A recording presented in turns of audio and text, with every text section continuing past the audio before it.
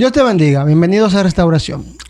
Hoy en día hay una guerra religiosa, pudiéramos decir, en las redes sociales, en YouTube para ser exactos, sobre el catolicismo contra los evangélicos.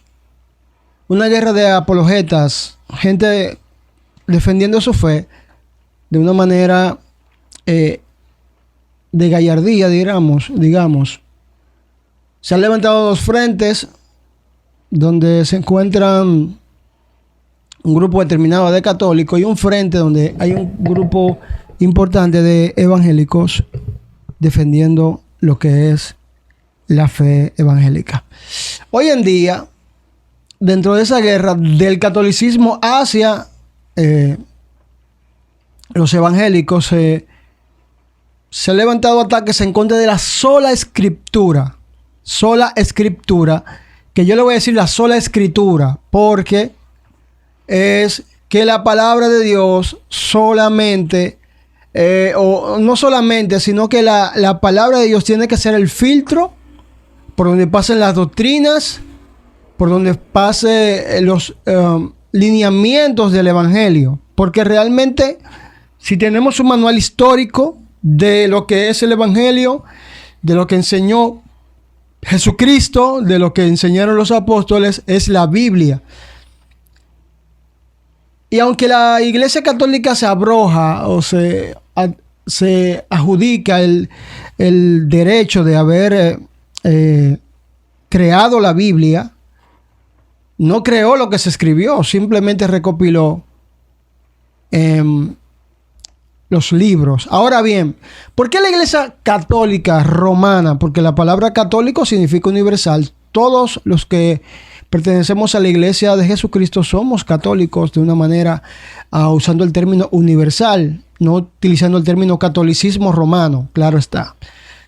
¿Por qué la Iglesia Católica Romana no acepta la sola escritura? Bueno, de aceptar la Iglesia Católica la sola escritura sería autodestruir el catolicismo romano. ¿Por qué? Porque sus dogmas, sobre todo los dogmas marianos, vienen de concilios y vienen de tradiciones que solo conoce la Iglesia Católica, que dicen que es una tradición apostólica, que los apóstoles creyeron en eso y un sinnúmero de cosas extrañas, cuando la Biblia no da ningún indicio de que los apóstoles creyeran de que uno debía de arrodillarse delante de una imagen a pedirle su ayuda, intervención o como usted entienda.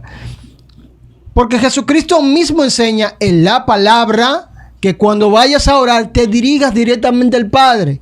Y cuando habla de intercesión, de que cada quien haga intercesión en oración por otro, no habla de gente que no esté en este plano. Sí, porque si digo que son personas que ya murieron, van a decir que Dios no es un Dios de muertos y van a salir con un versículo sacado de contexto a decir que hay una iglesia reinante allá en los cielos y por ende no están muertos y ellos tienen que oír tu oración, cuando eso no es lo que la Biblia enseña.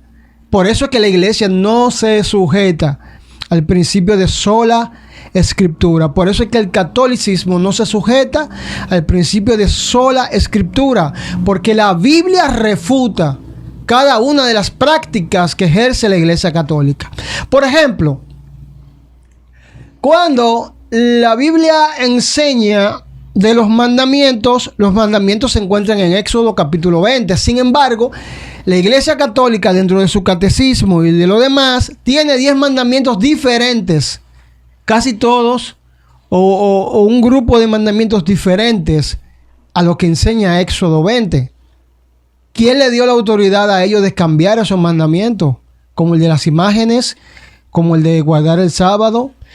¿Quién le dio la autoridad a ellos para cambiar esos mandamientos? Ellos añaden o adjudican, como dice el sacerdote Luis Toro, que Jesús fue quien cambió los mandamientos, y hace una mala exégesis, una exégesis violentada, exégesis del texto, haciendo creer que Jesucristo cambió los mandamientos cuando no fue así.